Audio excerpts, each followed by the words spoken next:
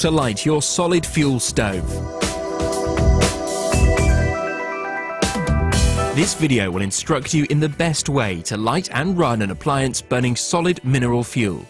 For a list of approved solid fuels, please consult the manual provided with your stove. Many Stovax stoves are multi-fuel and have the ability to burn solid fuels as well as wood.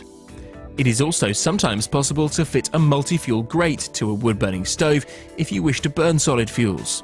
If you would like more information about this, contact your local Stovax retailer.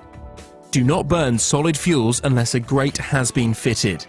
To find out if a conversion kit exists for your wood-burning model, check your manual and contact your nearest Stovax retailer.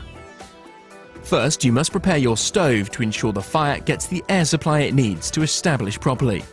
To do this, you must open the air wash and primary air controls fully.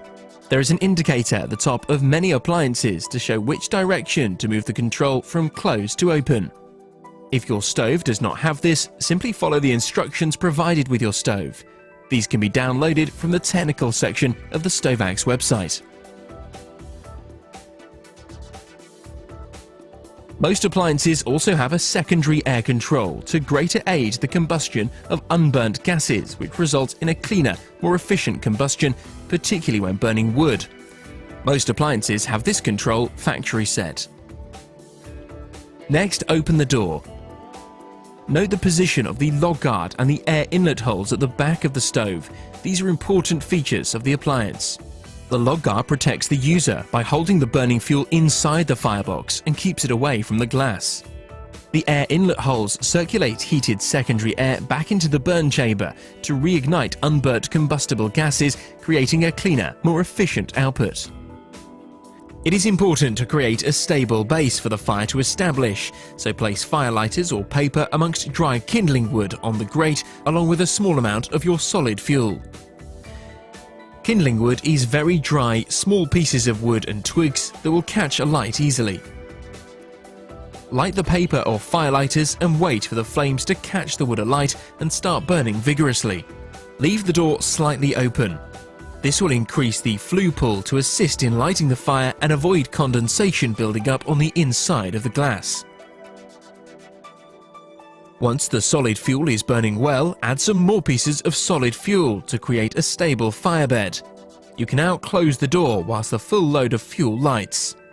For safety and efficiency reasons, do not load fuel above the log guard and the secondary combustion inlets at the back of the firebox. If you are lighting your appliance for the first time, be aware that it will need to settle and fixing glues and paint to fully cure, so take care to operate at a low temperature for the first few days. During this time, the appliance may give off some unpleasant odours. Keep the room well ventilated to avoid a build-up of fumes. Please be aware that during use, rope seals may discolour. This is normal. Do not touch the paint during the first period of use. Running and refueling your stove. Once a healthy fire has been established, to ensure you are burning fuel efficiently and gaining the maximum amount of heat from your stove, close the air wash fully and control the burning rate to the desired level by adjusting the primary control. Shutting the control reduces the burn rate and lowers the heat output. Opening the control increases the burn rate and raises the heat output. If the fire starts to struggle to burn, then reopen the air controls until it has established again. If your appliance has an adjustable secondary air control, close this fully when burning smokeless fuels. Experience will tell you when it is necessary to refuel your stove. To refuel your appliance, de-ash the firebed using the stove's riddling mechanism and open the primary air control fully for a few minutes to produce glowing red embers. Open the door and carefully add the fuel to the fire with the aid of a shovel. Do not load fuel above the log guard and the secondary combustion inlets at the back of the firebox. Keep the primary air control fully open. The air wash control should remain fully shut.